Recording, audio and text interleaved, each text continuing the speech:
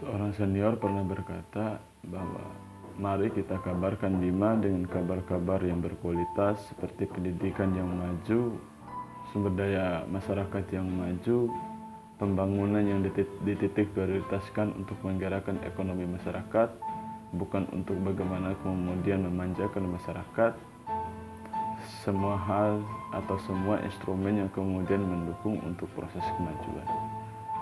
Bukan Bima yang dikabarkan dalam perkelahian, bukan Bima yang dikabarkan dalam proses pembakaran, bukan Bima yang dikabarkan dalam citra banjir, bukan Bima yang kemudian dikabarkan dalam segala bentuk hal-hal yang bersifat membunuh atau kemudian membuat kita terus terlihat primitif dan tidak maju.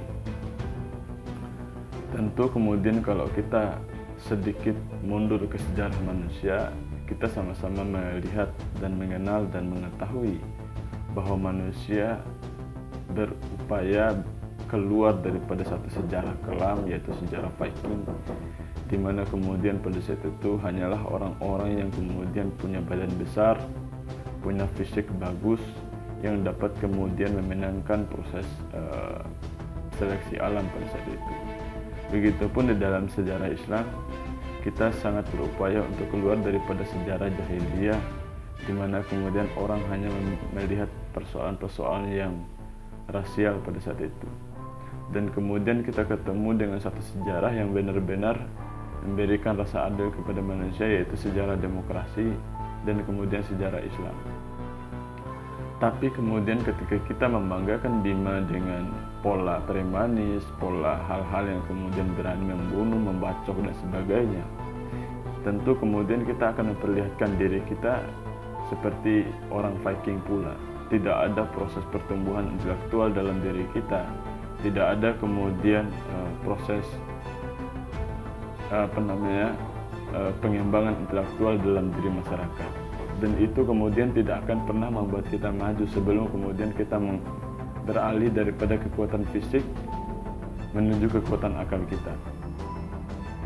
Hal ini juga yang kemudian menjadi sebab kenapa banyak pemuda atau orang-orang yang berkualitas yang sebenarnya ada di Bima takut untuk pulang kampung, tidak mau pulang kampung, tidak mau kembali untuk membangun Bima, karena kemudian Bima lebih banyak kemudian mengapresiasi para preman, mengapresiasi para orang-orang yang kemudian secara fisik kuat, secara fisik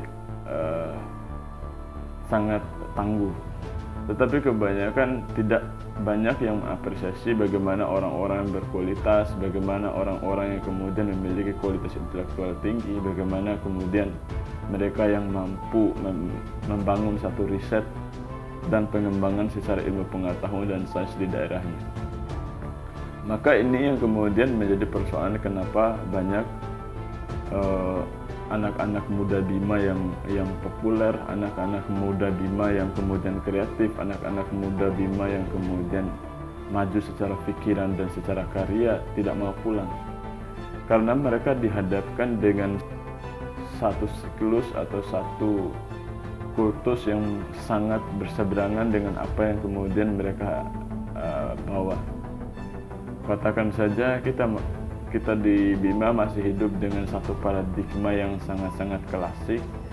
Kita masih tidak menerima beberapa perubahan keilmuan dan sebagainya. Bahkan kemudian di dalam melihat kepemimpinan dan sebagainya, kita masih menggunakan paradigma yang sangat kaku dan sangat kerajaan sekali. Kira-kira mungkin itu. Ini bukan dalam arti untuk bagaimana kemudian membongkar satu citra buruk kita, tetapi ini dalam arti untuk bagaimana kemudian kita sama-sama bergerak dan melindungi satu kepentingan-kepentingan anak-anak kita di masa depan. Karena kemudian mungkin anak-anak kita nggak sama secara fisik nanti, tetapi dalam perihal otak mereka sama-sama bisa mengejar satu dan yang lainnya, dan mereka bisa sama-sama adil. Dan kemudian satu proses pembangunan kita di Bima benar-benar menggunakan kualitas intelektual orang, bukan kualitas orang dalam. Semoga kita lekas berkembang dan membaik. Assalamualaikum warahmatullahi wabarakatuh.